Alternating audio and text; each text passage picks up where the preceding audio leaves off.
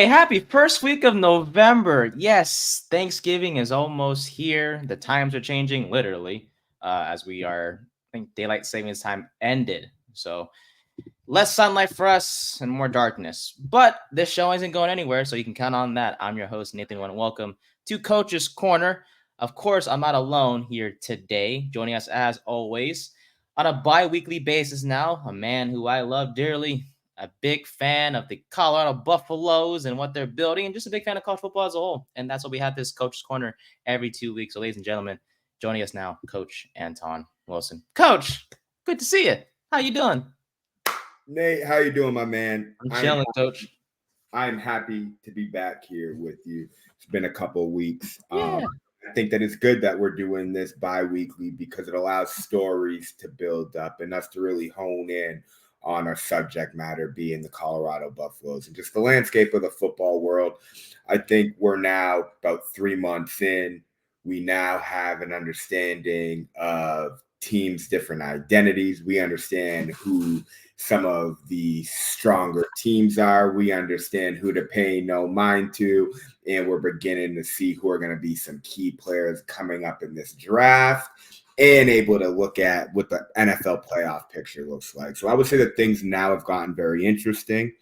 I'm in this ongoing pursuit of hoping to evolve as an analyst or a journalist, if you will. So really looking at the game from a different lens, and I love coming on here and talking about it because I love the passion that you bring. So another weekend, man, and I'm excited to attack some of these topics. Me too, Coach. Me too. And the Buffaloes had the bye week this past week, but we're gonna go back a week before when their last game was played against the Cincinnati Bearcats. And oh my goodness, this Buffaloes team continues to play well. And in a conference that is a competitive conference, they have held their own very well. And well, against the Bearcats, they showed the exact same grit and energy and play style that they've done all year long. 34-23 was the final score against the Bearcats. Shadir Sanders, first off, I'm going to start with him real quick.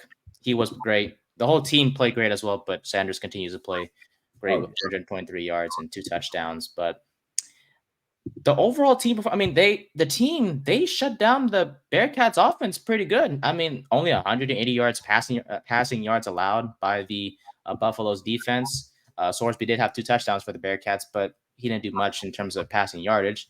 The running attack was pretty good by Cincinnati. They had 171 total yards, but they held Kiner under 100 though. And yeah, that's 100 yards per game, and he was unable to really get rolling.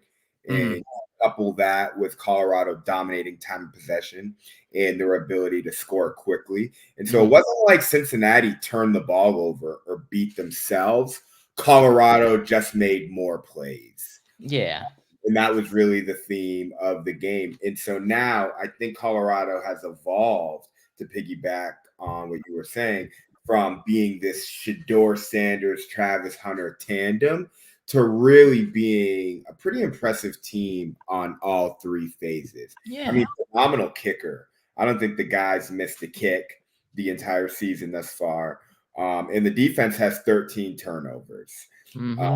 Season, 6 interceptions, 7 fumble recoveries, and they have 16 sacks as well. So they're able to get after the passer. But really, all things considered now, in the last game with Gustave, pronounce that correctly? So close enough, right, Coach? Close enough.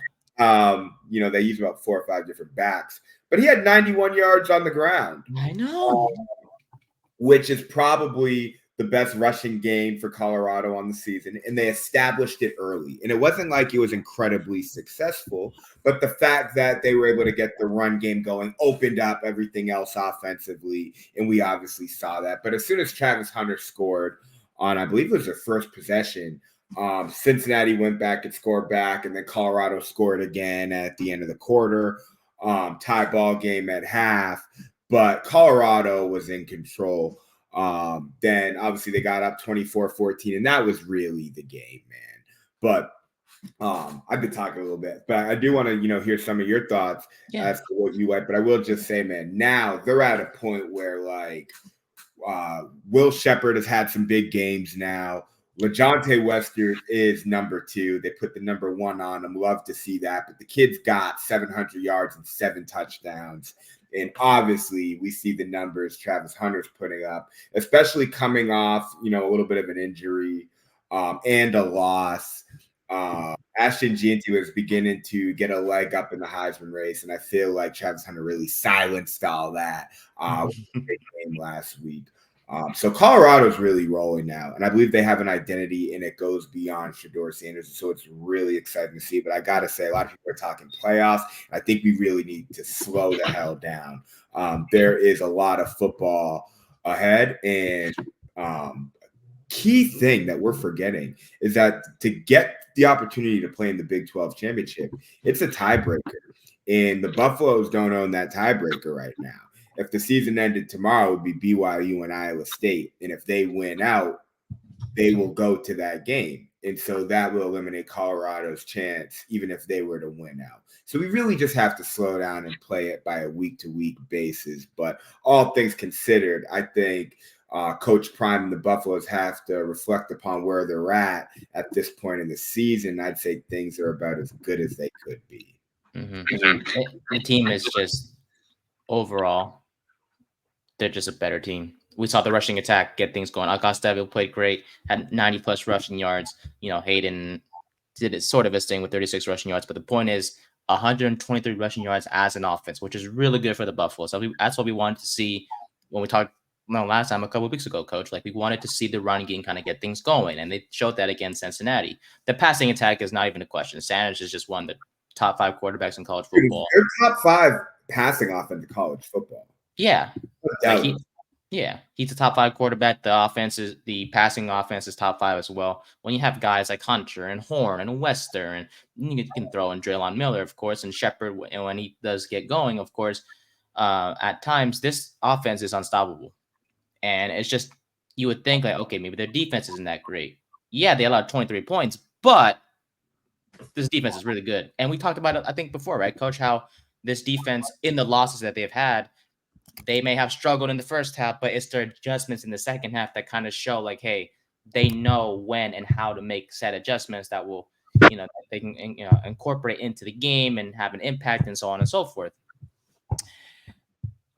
Shiloh Sanders isn't, he's like the main name of that defense, and he's not the greatest guy in the world. But when we talk about guys like Selmon Craig, who's played well, Hill Green had 2 tackles for loss and 6 tackles overall. Bentley played well against the Bearcats as well. There's not big names on this defense. Role players. Yeah, like they're a solid unit. They're not the greatest in defense in college football, but they're just like a solid unit that will get the job done and will keep this this team in games because they play the right way, and they're just there's solid names all around that make a difference. But this team is holding its own in the Big 12, and that's good to see because last year it was rough for the Buffaloes in the Pac-12. A lot of just loss after loss after loss. This is a completely different team, and Shedeur has matured in terms of on-field stuff. Off the field, not the greatest, in terms of personality-wise, but that's how he rolls, and people can judge him for that all he wants. But at the end of the day, he is incredible, and an incredible quarterback who's doing really well. And Travis Hunter continues to show why he is the Heisman winner. And I kind of want to transition real quick, Coach, to Travis Hunter real quick. Just this season as a whole, you have to be super impressed by him. I mean, two-way player. It's literally between him and Gianti. You can throw in Cam Ward if you really wanted a third guy, but it's clear if the race. Dylan Gabriel, Cam Ward. Dylan Gabriel has to be in the mix. I mean, he's the 100%. Best quarterback, probably best overall quarterback right now on the best team. And he is the driving force behind that offense. I don't think he's anywhere near the prospect of Shedeur, but he's doing some good things. And I believe that he absolutely deserves a trip to the Heisman.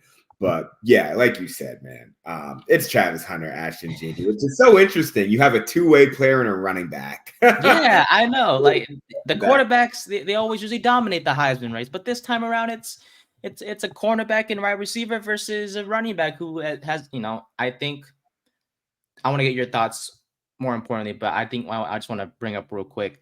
I love Gianti, I do, but We know he's not going to win the Heisman, and it's because of the conference that he plays in. I feel like that makes a big difference. He can rush for how many yards?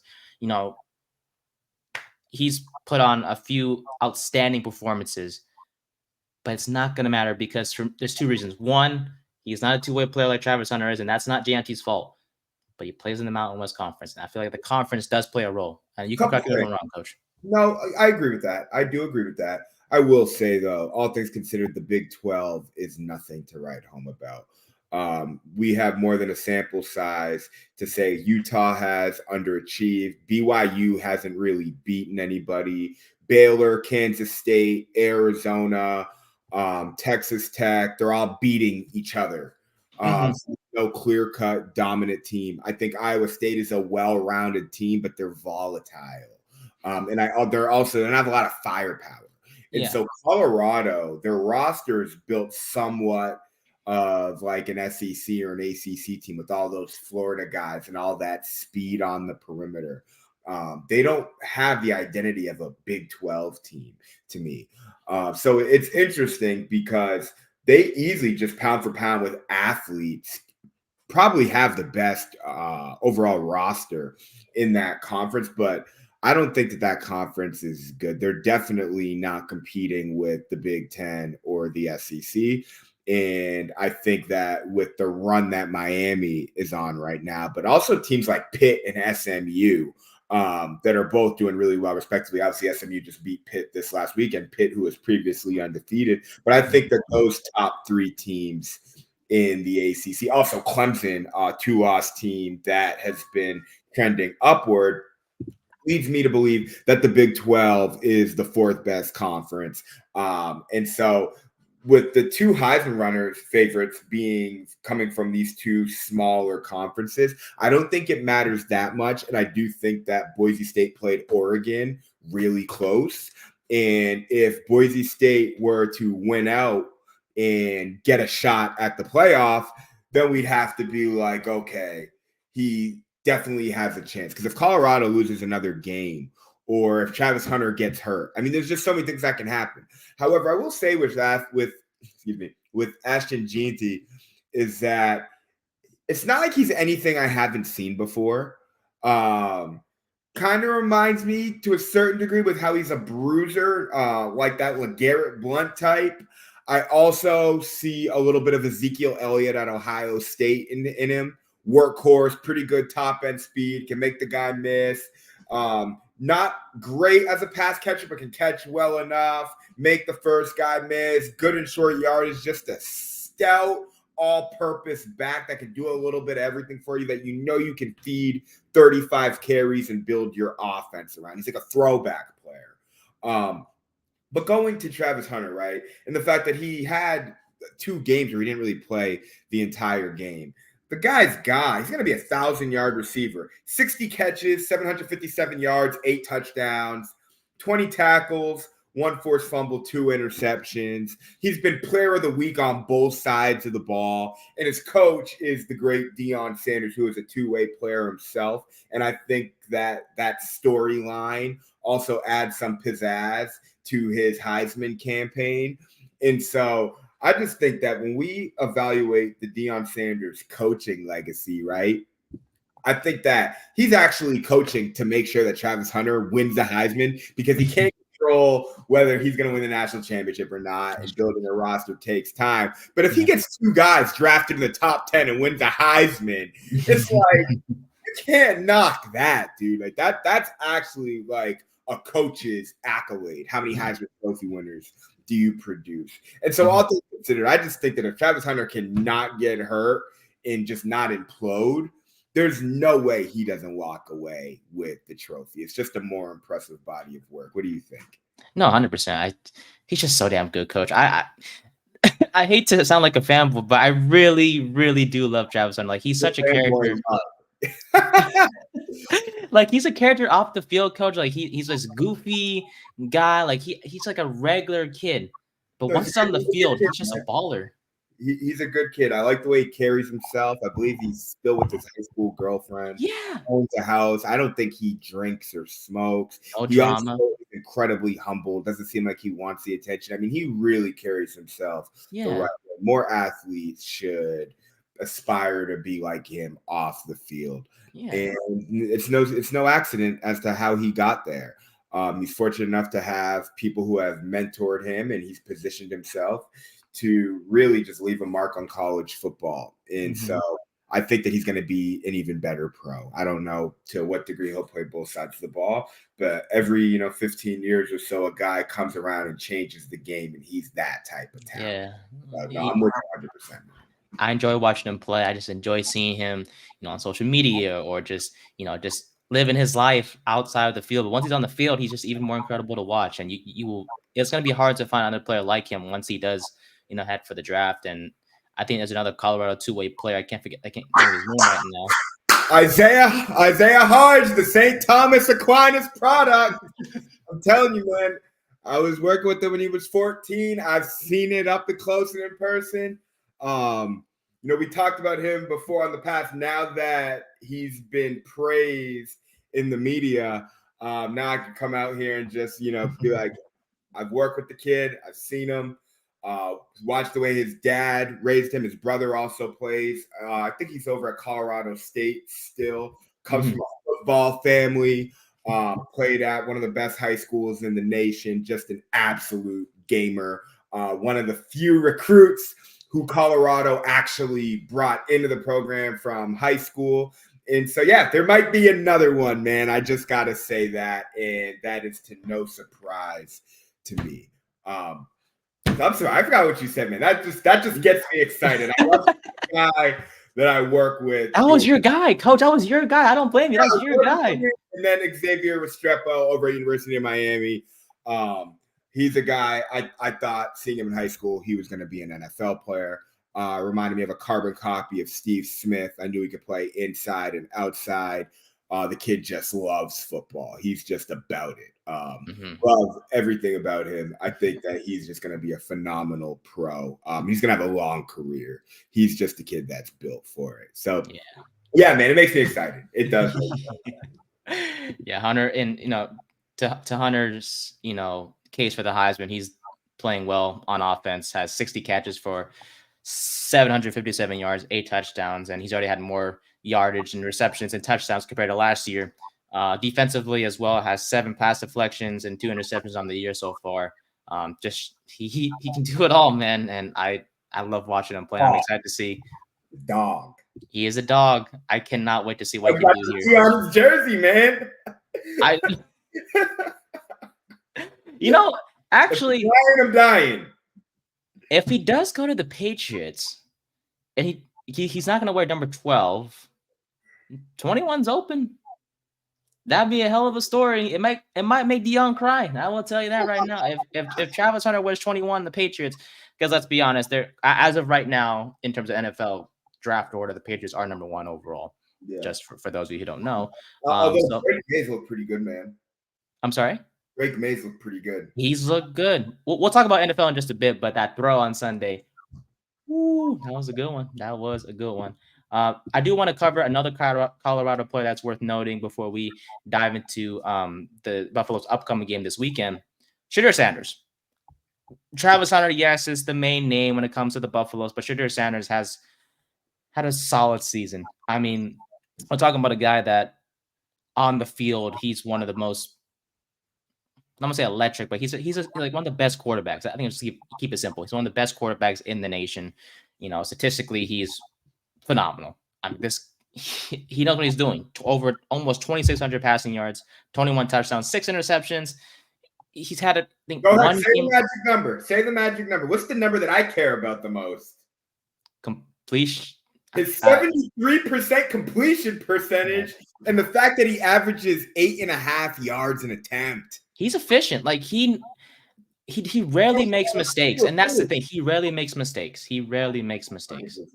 Yeah, and he's not the most fastest guy out there in terms of quarterback. Like he's not like in my opinion, you can correct me if I'm wrong, Coach. He's not like the most dual threat quarterback, but he can run.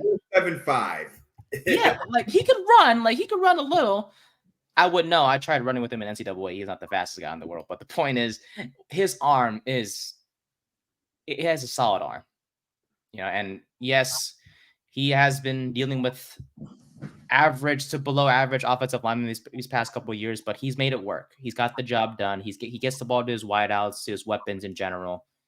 He's really good. So I want to talk to you, Coach, about his play so far this year. He does have 4 games left in the regular season. He's stayed relatively healthy throughout his whole college career. What do you think of his play so far? And to kind of have a sneak peek into his future NFL career, what are a couple best fits for him, and why do you see those teams being those best fits, Coach? Yeah, well, 2,600 yards, 21 touchdowns, 6 interceptions. Dude's played incredibly well. If he didn't throw another pass in college football, I'd still draft him. Oh yeah, 100%. Depending on if he was a quarterback and needy team.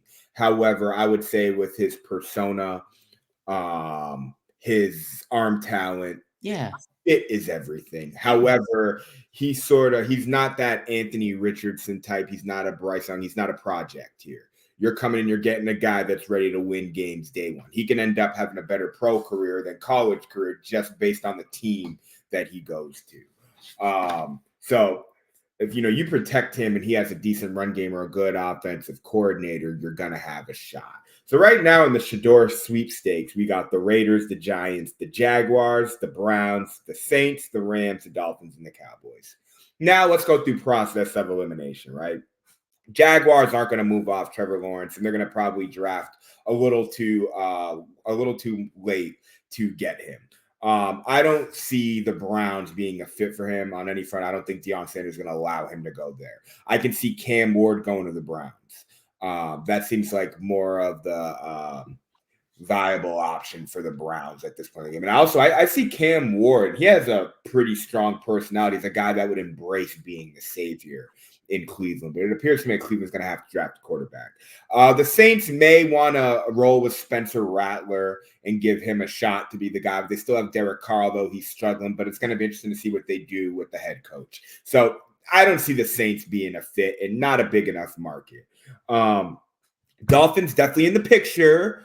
But that would imply maybe they wanted to do a total overhaul. Fire McDaniels, maybe they look to pull Coach Prime, but they could also win 3 or 4 games and not pick so early. Probably not. And then the last one, obviously, the Cowboys, and then I'll give you my sleeper team. The Cowboys could also look to move Dak, and they could fire McCarthy, and things could change, although they look stabilized. My sleeper team is the Rams. Okay, I can see them potentially moving off the Stafford, maybe Stafford retiring, them trading up. Even if they kept Stafford and let Shador sit for a year, the Rams have been able to rebuild on the fly and still be fairly competitive. I believe they handed the Vikings their only loss. The Rams have been very competitive, although they're not playing great, while they're also battling a lot of injuries, which is a testament to Sean McVay's coaching. However, he's a guy that obviously wants to stay relevant and make another run at it with an entirely new roster to justify his brilliance. And so Shador Sanders seems like a guy that would be able to do everything he wants to do and perhaps unlock the true mastermind that Sean McVay is, just off of his ability to be a dual threat with superior arm talent. So that would be a great fit. However, all things considered, with Shador's relationship with Tom Brady, I saw him at an Aces game talking to Mark Davis. The Raiders are really in no man's land as far as having a bona fide guy at the quarterback position. And I also think that the Las Vegas market, which is about to have 4 pro sports teams by the end of the decade, Shador Sanders can, like his dad, make Vegas his house, which I would love to see. Perhaps I'm a little biased because I love the Raiders growing up and I love Shador Sanders. But no, I do think that is a great fit in Tom Brady, who will probably end up by the end of the decade having total control of that team, having his quarterback and a guy that he has worked with throughout the various phases of his development. So that's how I see Shador Sanders and some fits for him in the league. But I did just want to iterate again. Cam Ward may be a little better. I think what he's doing is probably a little bit more impressive. But between the pedigree, how he carries himself, how fundamentally sound he is, how efficient he is, the guy's just a winner. He is a surefire lock. I would bet everything I own on Shador Sanders being a good NFL quarterback. And that's all I got to say about that. So if he goes to the Giants, will you? That's fine. Yeah. Yeah, Okay. that's fine for sure. Doesn't matter. Yeah, Okay. that's All a right. good. I brought up the Giants. I didn't go in depth with them. They obviously need a quarterback. I'm saying. We Uh, sure do. so yeah, I mean, really, at the end of the day, I feel like the Raiders, Giants, and Browns cannot walk away from this draft not having No. been in the first round. Yeah. If I if I'm Shadur, if I had to choose, I would choose Vegas just because whether, you know, it is Vegas, you get to play under the eye of Tom Brady. Yes, the coaching staff is a bit shaky, and I'll keep it as a short summary with the Raiders coaching staff. They did fire their quarterbacks coach, offensive line coach, and I think their offense coordinator as well. The head coaching position is a bit shaky too with Antonio Pierce, but He'll be gone. He'll get canned. yeah, he'll probably be leaving too if the season continues to go down the rabbit hole that it is. But the Vegas is the place to be, and for him to make a name for himself, and No state taxes too. and the weather's great. You can't Yep. go wrong with the Vegas. And you can walk around with an open container for all the drinkers at home. If Yeah, if you go in Vegas, they say what happens in Vegas stays in Vegas. Vegas. Like, literally, you can do whatever you want. You're damn right, coach. You're damn right.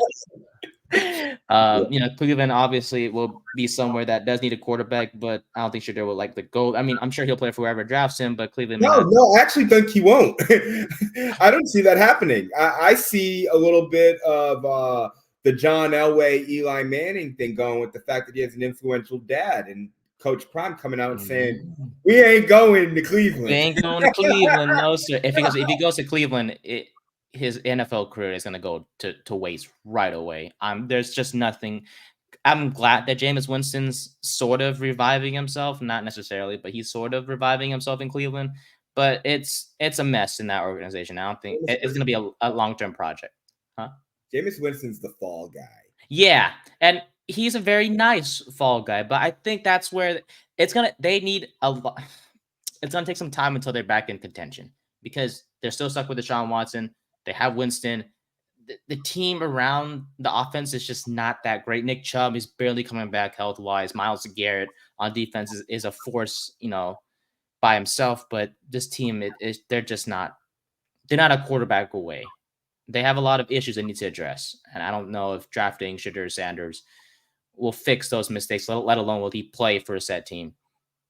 So I like the Raiders. I like the Giants for obvious reasons, but the Rams are a great sleeper team. I do like that one, coach, because Stafford is old, and if they kind of want to speed up, not rebuild, but reload in a way, because they have weapons. The Rams, Kyron Williams, Nakua, Cooper Kupp. If they don't trade him or after the season ends, they have some pieces on offense. I think Shadur would work well in LA. Plus, it's LA, so you can't go wrong with that.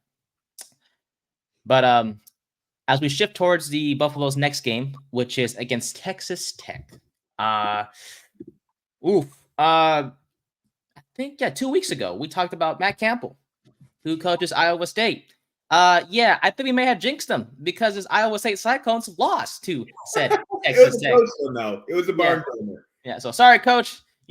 Coach Campbell, you're doing great, man. But unfortunate that we may have jinxed you. But in all seriousness, though, the Buffaloes head to Texas Tech, playing at Jones AT&T Stadium. Now, I do want to just go off topic for just a second, Coach. When I saw Jones AT&T Stadium, and I was like, no, please don't tell me. I swear, if Jerry Jones has anything to do with Texas Tech, I'm gonna lose my mind. Because I thought when I saw Jones AT&T Stadium, I thought they played in the same stadium as the Cowboys. But I was like, wait, this doesn't look like AT&T Stadium. Anyways, I just wanted to point it out. I thought they were playing in the same stadium as the Cowboys, but I was wrong. It's just the name threw me off. Is that okay? So they're not playing at the Cowboys Stadium. No, they're playing at Jones AT&T Stadium, which is a different stadium. That's their actual home stadium. They're playing in Lubbock, Texas. Yeah, I didn't know the difference until like today. And also when I played NCAA football the other day when I was playing Dynasty for Colorado and I was at Texas Tech and it said Jones AT&T Stadium, which made no sense because I was just like, this isn't the Cowboys Stadium. I digress. That's not important. The Buffaloes are 3-point favorites in this game.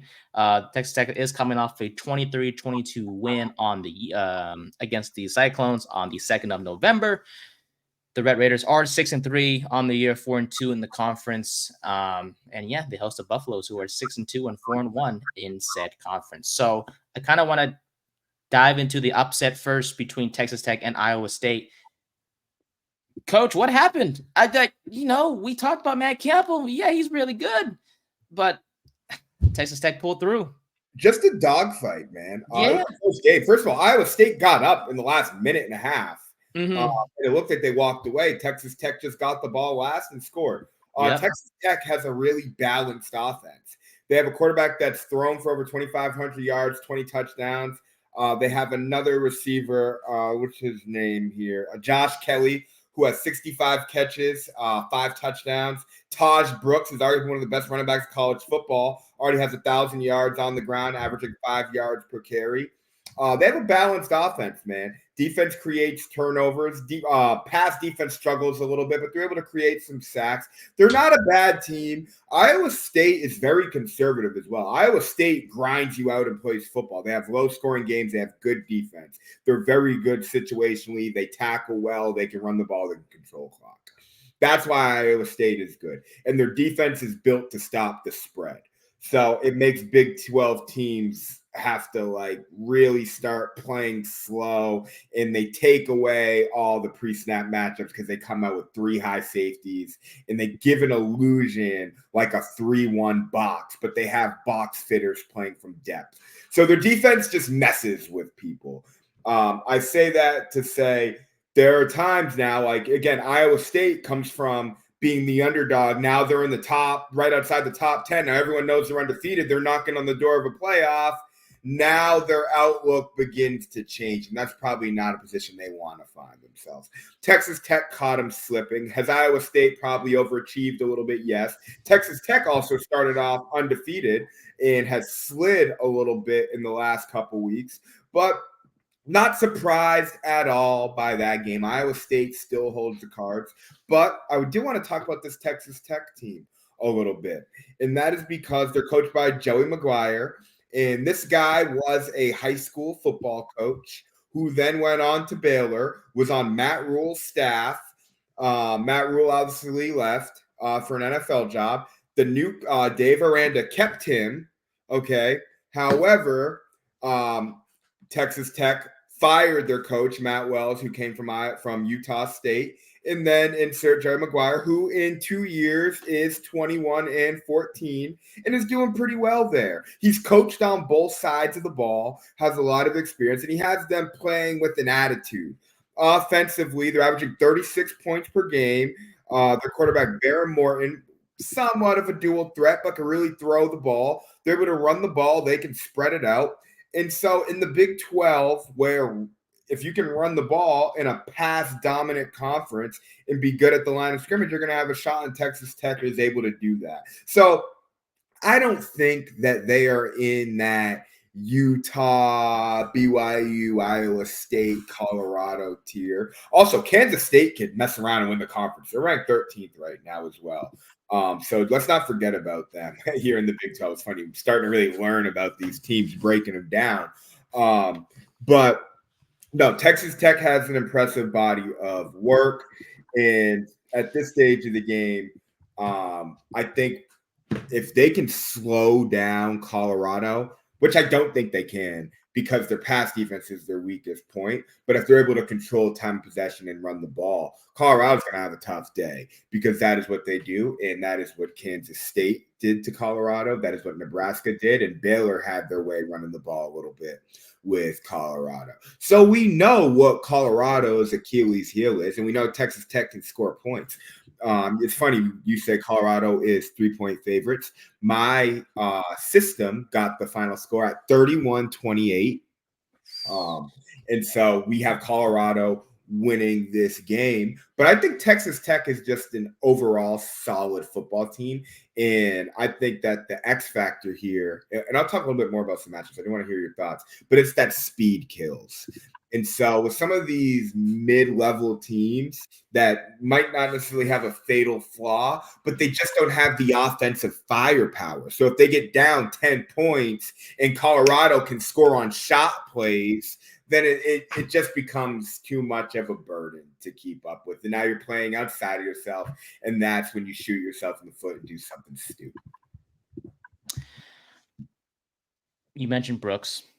Solid running back. I don't know if he's I think he's a senior. So he's a senior, 1,000-yard rusher so far this year, 10 touchdowns, senior. I mean, NFL player for sure. But the Red Raiders they're 6-3, but they play well. They play, the fact that they beat Iowa State, props to them. It's not like I don't have much to say about the game itself. Dave Aranda. But this has been in my head for a while. This Buffalo's team, the rest of the schedule doesn't look that bad. Texas Tech is a beatable team. Brooks is great. Kelly's great. They should win this game, which I kind of want to shift away from the game itself in a way I want to get your key to the game, of course, on how the Buffaloes are going to beat Texas Tech. But Coach, I'm looking at the schedule. You have Texas Tech, Utah, which Cam Rising doesn't look the same. Kansas. Yeah, Cam Rising's out. Zach Wilson's brother's starting over there. Yeah, he's out for the season. Rising with the I forgot what injury it was, but he's out for the year. Kansas, Jalen Daniels. Not the greatest. And Kansas has some firepower. They got a good back and they got a dual threat quarterback. And then Oklahoma State, Mike Gundy's a good coach. Yeah, and that's going to be the game of the season. No, man. I mean, these last 4 games, they're not gimmies. They're probably going to be favorited. I think also BYU plays Utah this week. Okay, I think Utah can beat BYU. And those are interstate rivals. BYU is little brother to Utah. It's been a tough year for Utah. Starting a young quarterback. Their leader's not there. They've had some injuries. But BYU does not have a signature win. So I did just want to say that Utah can mix things up a little bit here down the stretch. They're going to have a shot at them. Mm-hmm. But you're right. In regards to Colorado's schedule, they should win out. It looks good. I don't know. It gets me hyped because these are all winnable games. They played extremely well offensively and defensively and all that stuff. They got a shot to go undefeated the rest of the way and finish the season 10-2. Yeah, 10-2 if everything goes right. But one game at a time, right, Coach? So let's go back to Texas Tech real quick. Yes, they're a good team, but what are the keys for the Buffaloes? I kind of know the answer, which is basically replicate what you did against Cincinnati, run the football efficiently with Augustave. Maybe this performance kind of shows that he can be that RB1, literally just like the main back, and then everything takes care of itself in terms of the passing game with Shedeur and Travis Hunter. What are your keys to the game? Is it as simple as what I said, or is there more to it? No, there's some more to it. Texas Tech secondary. They've given up a lot of big plays. Their secondary is not very good. Colorado's strength is the pass game versus a weak secondary. That is matchup one to watch out for. They're not going to have an answer for Travis Hunter. And even if they did, they got 3 other bad boys at the receiver position that can do some stuff with that pill in their hands. No, but we got that. The next element being Colorado's ability to get pressure on Baron Morton. Okay.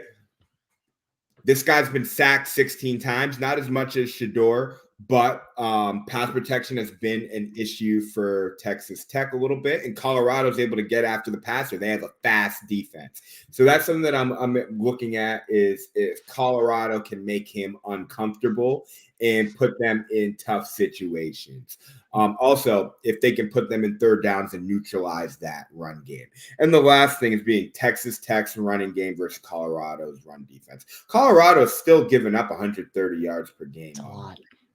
Okay, so the thing is here, though, it's a little bit of a double-edged sword because even if Texas Tech is able to run the ball, they're going to have to score points. They're going to need to make big plays here and there. And so if Colorado's lingering around, let's say Colorado's down 13 points with 10 minutes left in the fourth quarter, they can still win. Still win. You see what I mean? 100%. So whereas like if Colorado got up 17, Texas Tech will get buried. Mm-hmm. And that's the competitive edge that Colorado has with the explosive players on their offense is that they're never really out of it unless they're playing a team that will suffocate them with their defense and that can run the ball all day. Mm-hmm. There's not really a lot of teams that even have that type of philosophical approach with the horses. So all things considered, Colorado just has the better personnel, and Texas Tech is going to have to play the game of their lives defensively and be over 60% on third downs and dominate time of possession to win this game. But with the fact that Colorado has gone now with, some pretty big signature wins. They have been successful on all three phases of the game. They've been able to carve an identity beyond passing game a little bit. I don't see a world in which they're going to take a step backwards. And so if they are who we think they are, then I believe they are yet to peak. And that's exciting. Yeah, let's see some more explosive plays in this Colorado offense, man. It's just they have so many weapons, Shepard and Wester and Horn and Hunter, of course. And if that running game can just be more consistent, this offense is nothing to mess around with. So your system had the final score being what, Coach, for this game, if you don't mind me asking? Okay. All right. Let's see what happens. Before we dive into the NFL, I do have one more question I want to ask you, Coach, about Deion Sanders, because, football, we're already in November now, and soon we're going to be past December and January, and then there's going to be talks at the end of the year, right, as to what the future of Deion Sanders looks like. You mentioned earlier, Coach, about how it's going to be an accomplishment and accolade to have two guys drafted in the top 10, maybe top 5 when everything is said and done, and for one of those guys to be a Heisman winner in Travis Hunter, if he does win the Heisman. That's an accolade that, Coach Sanders would be, it'll be really nice to see him have. But in terms of his future, so we've discussed this before, but I kind of want to get a quote unquote update from you in terms of his future. What does the long-term outlook look like? Like, is it, we have to explore the avenue of, hey, he might go the NFL. We don't know in what role. He might go the NFL, depending on where his son goes, or if there's an opening, whatever the case may be. There is the avenue that he stays at Colorado. It's just the same players won't be there. He brought in a lot of transfers, and with that kind of is a downside because those guys are leaving or graduating because they're juniors and seniors. When I looked at the depth chart the other day for the Buffaloes, not a lot of transfers were freshmen or sophomores, if there were any, of course. So he's going to be inheriting a young group of players if he does stay at Colorado next year. Or he could just stop coaching completely and just enjoy seeing his sons if Schaller does get drafted, wherever he goes, and watch Travis Hunter play. So what does his long-term outlook look like for him specifically in terms of his coaching career, Coach? Well, it's essential that we preface with two-sport athlete, NFL Hall of Famer Deion Sanders stepped into coaching about 4 years ago, brought his son with him, had a ton of success with Jackson State, landed an FBS job, and in 2 years, he's already got them bowl-eligible seasons. Not even okay. Shedeur goes in the top 5, and Hunter wins the Heisman. Job success. Job well done. Okay. And so he's done it, man. And, with all the rah and all the hype, he's built a legitimate football team that's had success. They're no joke. And he doesn't have to do it because he's very successful. I think it's a rather noble duty that he's taken on here. And I love to just see that. Now, I say that to say he has nothing left to prove. He does appear to love Boulder. Now, if he does, in fact, love it like he says he does, then he can sit there and go pluck about another 30 guys from the portal and bring in a couple big high school players and go find himself a quarterback of the future. Which I don't think is an issue. He can recruit. Deion Sanders can get anything. He can recruit. Okay? Yeah. No doubt about that. Yeah. So if he has a ton of success that actually fuels the program and their momentum moving forward for the sake of brand prestige and the fact that he has a little bit of social credit, if you will. He has the validation. Now, option B would be to just go to Florida State. I'll tell you right now, Deion Sanders goes to Florida State. I will move to Florida and I will go to Florida State as a PhD student and I will volunteer and work with that program. I promise you. Okay, I like those words. If you were to do that, because that's my home state, I would do that. And there's some other things I'd like to do in Tallahassee. That's neither here nor there. So I could see that because that's his alma mater and he's from Florida. And they probably, with boosters and everything.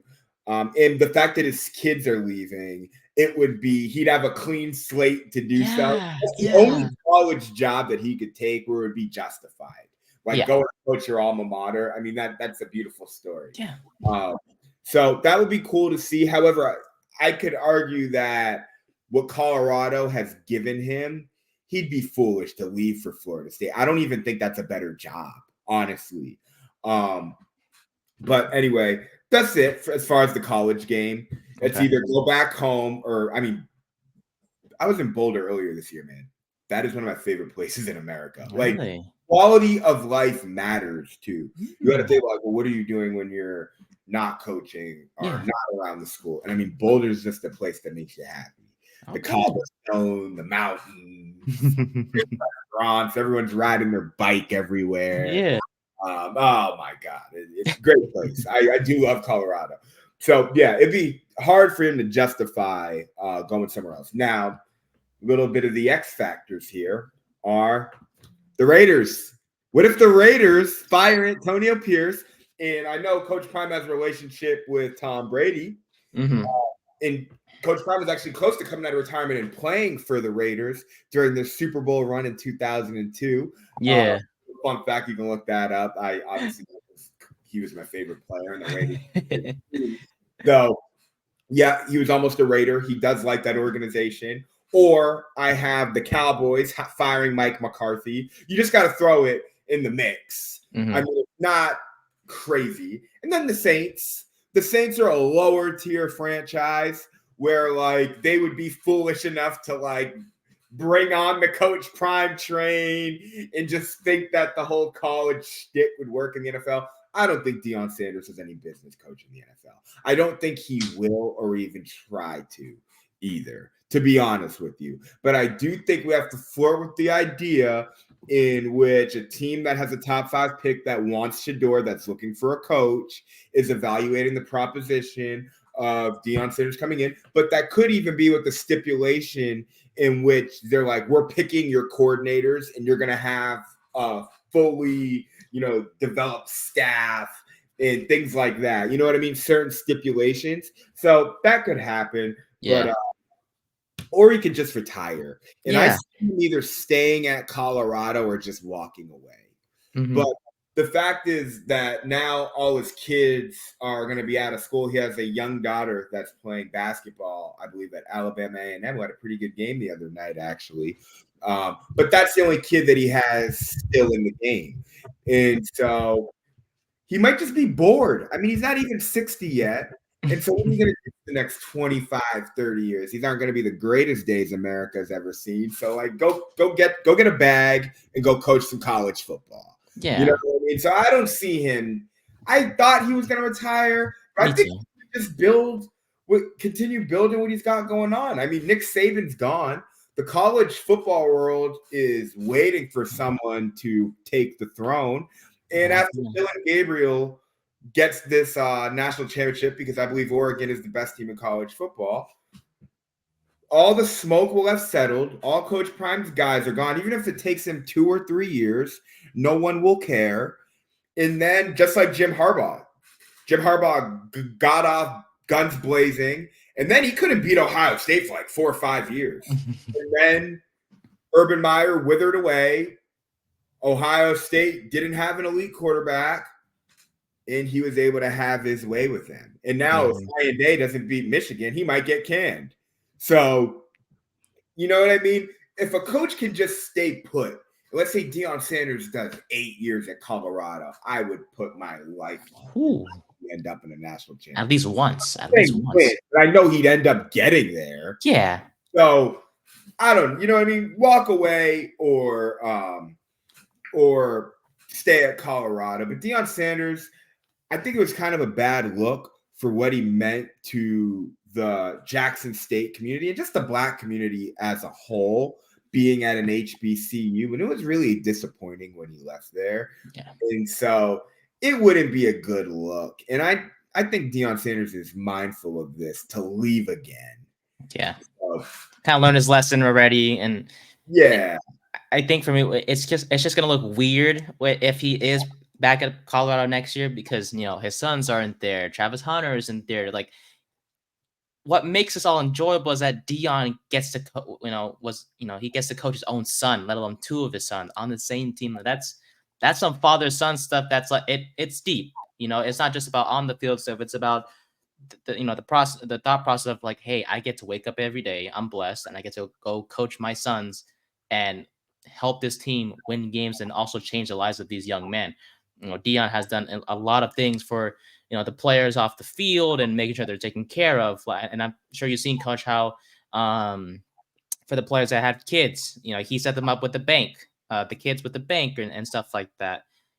He does a lot for Colorado that most like the average fan doesn't see when it comes to the University of Colorado and Deion's impact and whatnot. But if he does stay, I would love that. It would just look weird because his sons aren't there. But hey, that's, you know, all good things come to an end. And you mentioned he's probably going to go to the transfer portal and just get a bunch of other guys that will step in and get the job done. Running back. Exactly, just running back. And Florida State, let's be honest, other than their war chant, which is really cool, this team sucks. Like, they're like 1-8 and they're terrible. Ukulele. If he goes to Florida State, you will see me on the sideline. Which will be pretty damn cool. But like, I don't want to see you on the sideline in this losing team that they just suck. Like, the Seminoles suck. And you know, I'd rather see you in Boulder with, you know, working for Deion there, and then the Buffaloes and the swag they have that, you know, the Seminoles don't have that. So regardless of what happens, we'll see. But every decision, no matter what decision Deion makes, it is justified. And no matter what he does, no one's going to criticize him for it because he's done it all. You know, 2-way player, played in the NFL, outstanding, you know, NFL career, great analyst, great coach, did his thing at Jackson State, doing his thing now with the Buffaloes, turning them around in 2 years. It's been a great career for Deion from a coaching and player perspective. So no matter what he does, it's going to be exciting to see what. Always find ways to win. Always find ways to win, Coach. And congrats to Colorado again for being bowl eligible. So no matter what happens, a big accomplishment here for Deion Sanders. So he mentioned the Cowboys, and I really don't want to get into them, but whatever, I guess, because I don't know what to tell you. Like, we're literally beating a dead horse every single week when we talk about the Cowboys, Coach. Let's be honest. But we have to because, hey, we're professionals. Damn, the Dallas Cowboys suck. The biggest news that came out was before the game, not during the game, before the game, was Ezekiel Elliott missing the game because of disciplinary actions that was taken against him by the organization.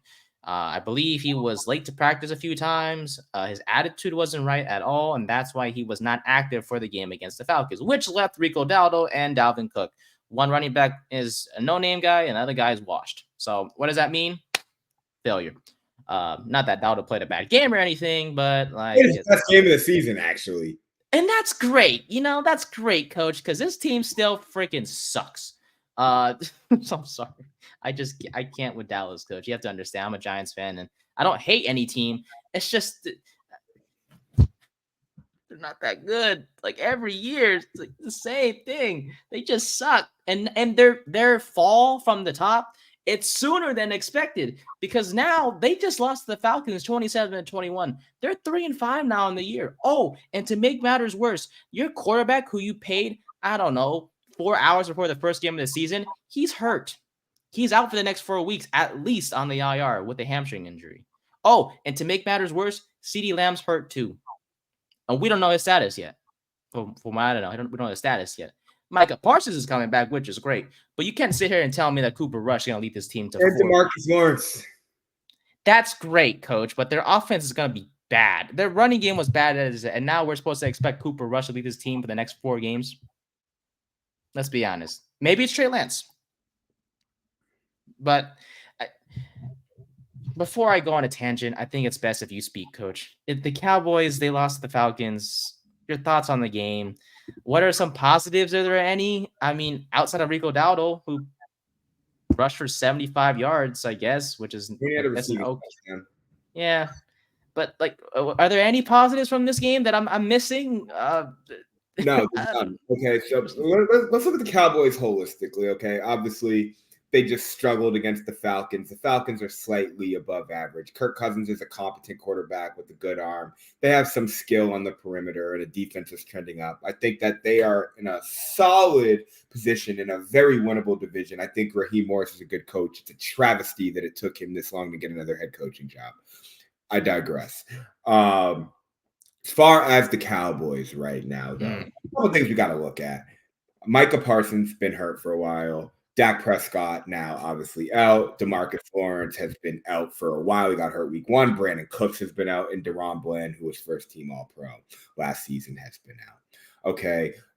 Ezekiel Elliott's morale is bad. You obviously see that. He's immature. He's probably going to be out of the league in about a year. Dalvin Cook isn't giving him anything. Getting Jake Ferguson back has been beneficial. He has been pretty solid for them.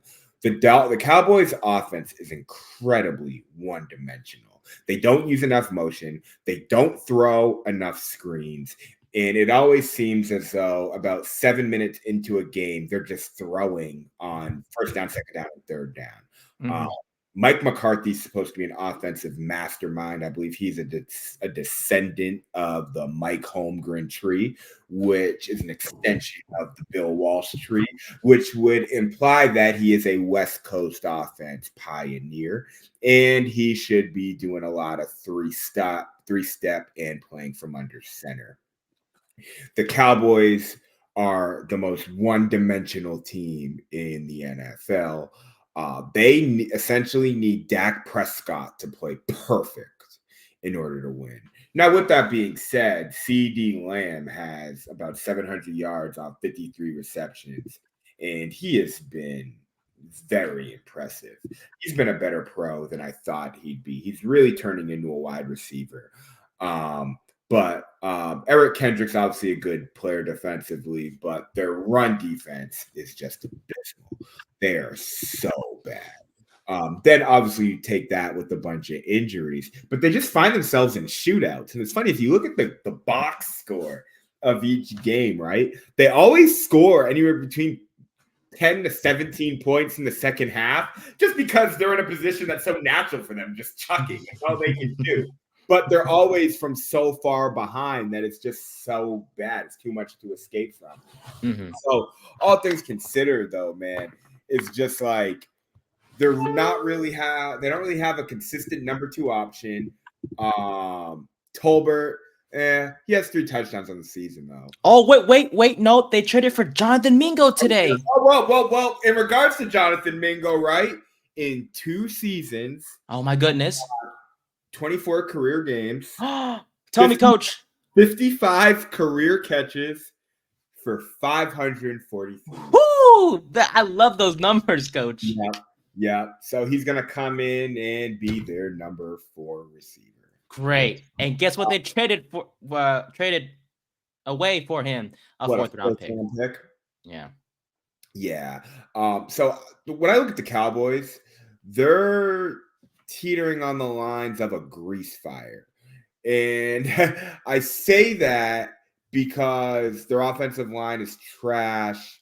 They don't really have a second option on offense, and they cannot run the ball at all. And now their quarterback is hurt. It seems like all the dominoes just fall, right? All these players are hurt, though, defensively. So that's really where it messed up, honestly, is like that's just bad luck, and that happens. Yeah. But let's get to the root of the problem. What is the root, coach? Mike McCarthy. Mm-mm-mm. You saw him slamming the iPad last week or the tablet.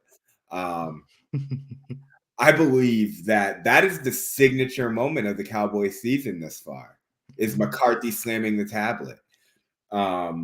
They've had, what's funny is that last week's game, final score 27-21. Correct. Previous week, 30-24. These are solid teams. They've been in every game except for the Lions, who mollywopped them. But now they got the Eagles this upcoming week.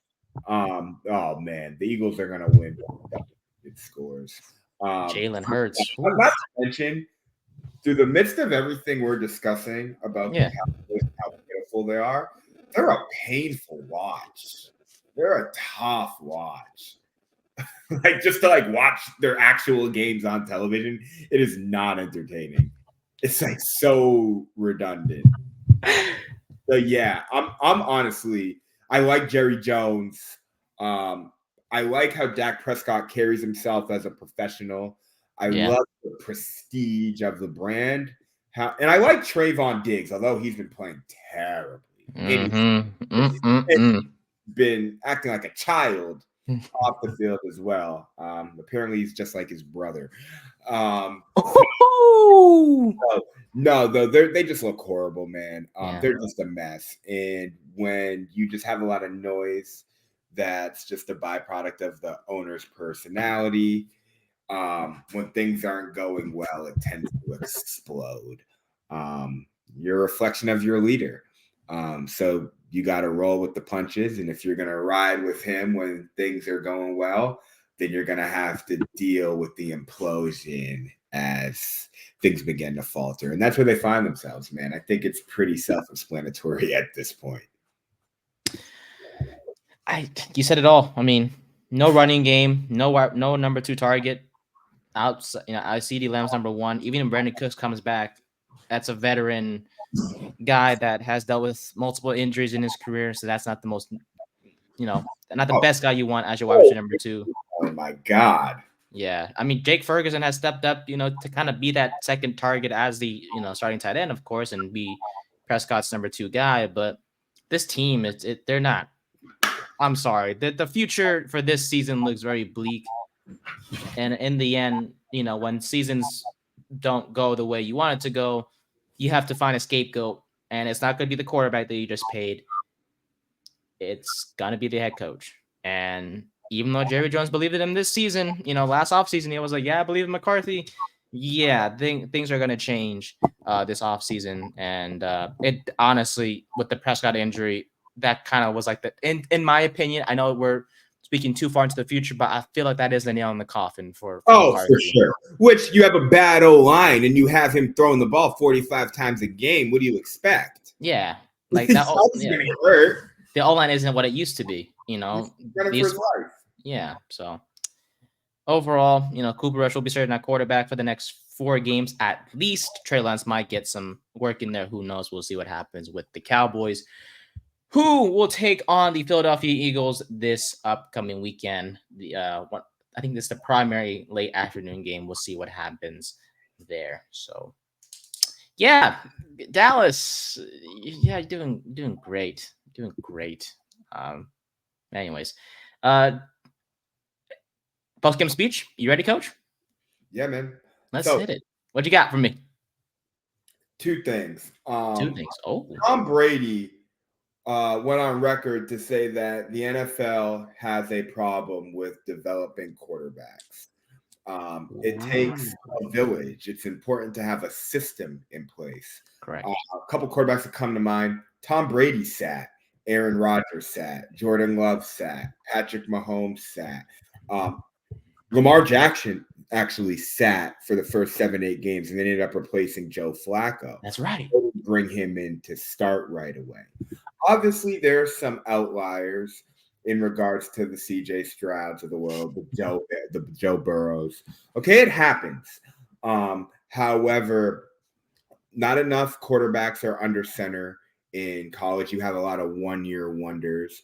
And when we look at how Anthony Richardson and Bryce Young's careers have turned out thus far, I don't blame the kid. I blame the poor infrastructure in regards to having a plan in place, bad coaching, and having too high expectations and then going back and benching those kids. I think that any Division I quarterback that gets drafted in the first 4 rounds generally will have a shot. The one thing that will be their limitation is their temperament, being their ability to handle pressure and just be consistent in putting in the work. But they all have the talent. Talent cancels out. So I blame that on the organization. Outside of that, though, so I think that the NFL long term really has to begin looking at player development a little bit more closely and just understand that it impacts the product.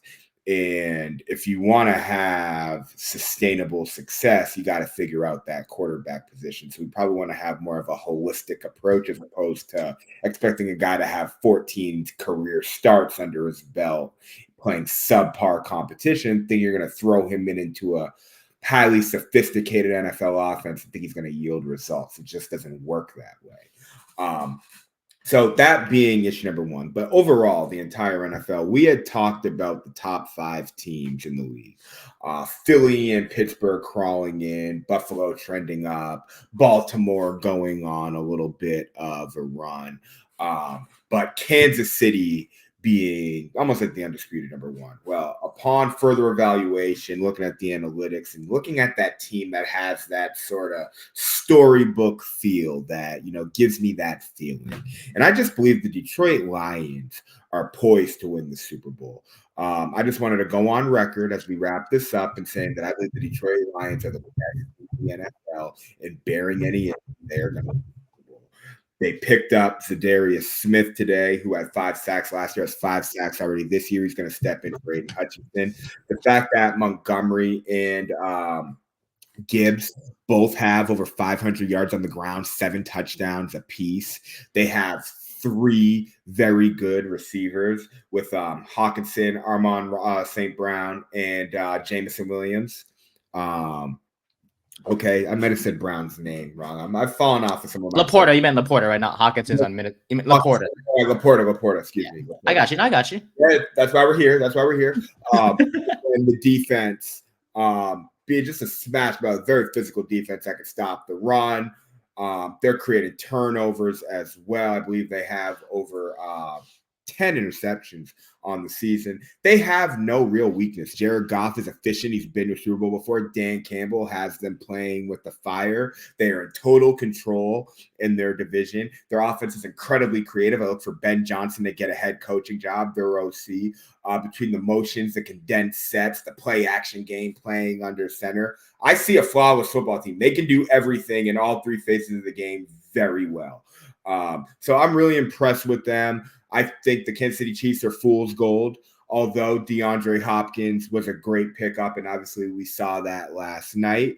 But I think that everyone and their mother knows that Kansas City is slightly flawed, and it's going to be interesting when they get down against like a Buffalo, a Cincinnati, or a Baltimore in the second round of the playoff, and all those teams are getting pissed off with the Chiefs busting their ass over the last couple of years, and they catch the Chiefs slipping. I'm telling you, I'd put my life on it. I've been betting my life and everything I own on a lot of stuff right now. So I feel pretty confident, but that's that the Chiefs are going to get knocked out. So I just want to say shout out to Dan Campbell, what they're doing down in 8 Mile. The city of Detroit is booming. Jared Goff is playing good football. They're committed to running the ball. And this may be the first time in that franchise's history they can walk away with the Lombardi trophy. And so I got my money on them, and I'm excited to see what the rest of the season, how that turns out. So that's all I got. Love it, Coach. Love it. And just quick points on what you on the two topics you brought up. The whole quarterback development thing, very important. We saw that with Bryce Young, just getting thrown right into the fire his rookie year. That did not look good whatsoever. He was benched for a few games this year already, and then Andy Dalton got in a car accident that kind of forced the Panthers to put Bryce Young in, and he got his first win his first win of the season this past week. Got Dennis Allen fired. Yeah, as good as honestly, it first off, the Saints are a mess, and we'll get into that next time we speak for sure. But the Panthers, I'm happy for Bryce Young. He just needs time. He just needs time, and the team around him is very lacking of weapons and resources. So hopefully, over time that team develops and they'll kind of give patience for him because he is.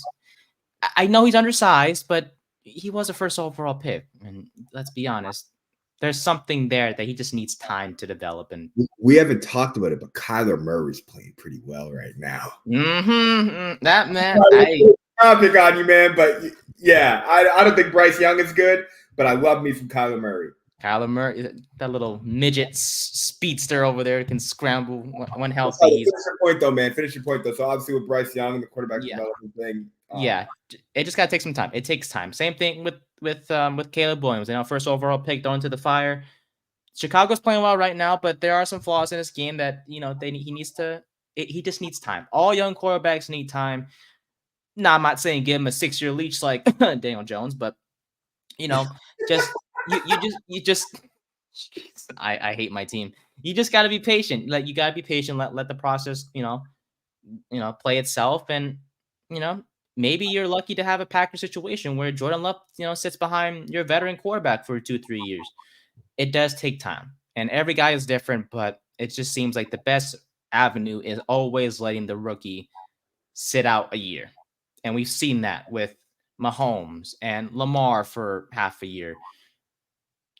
It just depends, but it's best for players to kind of just take a year to just sit back, watch the veteran play, learn the game, learn the speed of the game and all that, and then let them do their thing the very next year. So we are seeing that with the Falcons, which they don't really have a choice because Kirk Cousins. But Michael Penix Jr., when he's on the field for the first time as a starting quarterback for whoever he plays for, Falcons or if something else happens, he's going to be good. I'm excited to see what Michael Penix can do as he's sitting behind Cousins. He's sitting. They're smart. They're smart for that. It's a smart move, I will say. And then for the Lions, Coach, I mean, you can't hate this team. They have just so many guys to root for. Jared Goff, who was traded away from the Rams and has found a home in Detroit. They have a two-headed monster with Montgomery and Gibbs. Amon-Ra St. Brown has been absolutely phenomenal. Jameson Williams, he's a speedster. Laporta hasn't really got it going this year yet, but he's a solid tight end number one to have. Defensively, they picked up Zadarius Smith, like you mentioned, and when healthy, Hutchinson is one of the best pass rushers in the league. For sure. This Lions team and the coaching staff is phenomenal. Ben Johnson is great, a great OC. Aaron Glenn for DC, right? That is correct. He's been great too, Coach. Coaching job pretty soon here. Yeah, he's been great as well. And then of course the head man leading the way, Dan Campbell. He's a great players coach, a motivator as well. He's phenomenal. And then shout out to Brad Holmes, the GM, for just piecing it all together.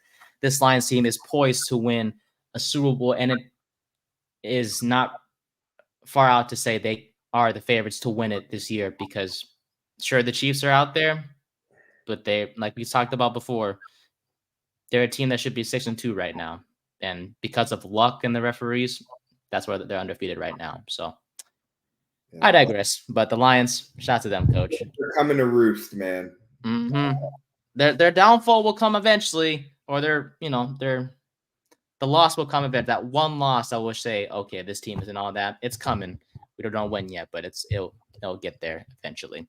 So with that, being said, that'll do it here for Coach's Corner. We appreciate y'all listening and watching us here, and we'll be back with you guys in 2 weeks. And then, so the Buffaloes play the Red Raiders this week. Next week, they take on I just lost my train of thought. Utah. Utah. Yep. So they're at Texas Tech this week. They play Utah the very next week. So when we come back, we'll be discussing those two games along with the upcoming game they have during the week that we're recording again against the University of Kansas. So we'll see if the Buffaloes can remain on their winning streak, and we'll see what happens there. And who knows? Maybe the Cowboys get it going again. Newsflash, they probably won't. And we'll also get a clear picture of how the NFL looks like in terms of standings and all that stuff when we see you guys again in 2 weeks. But you can follow Coach on social media at Anton G. Wilson. You can follow me on at Instagram and Twitter at Nathan_124 and all things Third and 10 podcast clips to be released this week from this show specifically. And you can follow us on all social media to see those clips at Third and 10 Pod on Instagram, Twitter, and YouTube and TikTok. So for Coach, I'm Nate. Thank you guys so much. And I'll see you guys on Thursday for our regularly scheduled program. Bye, guys. Have a good one.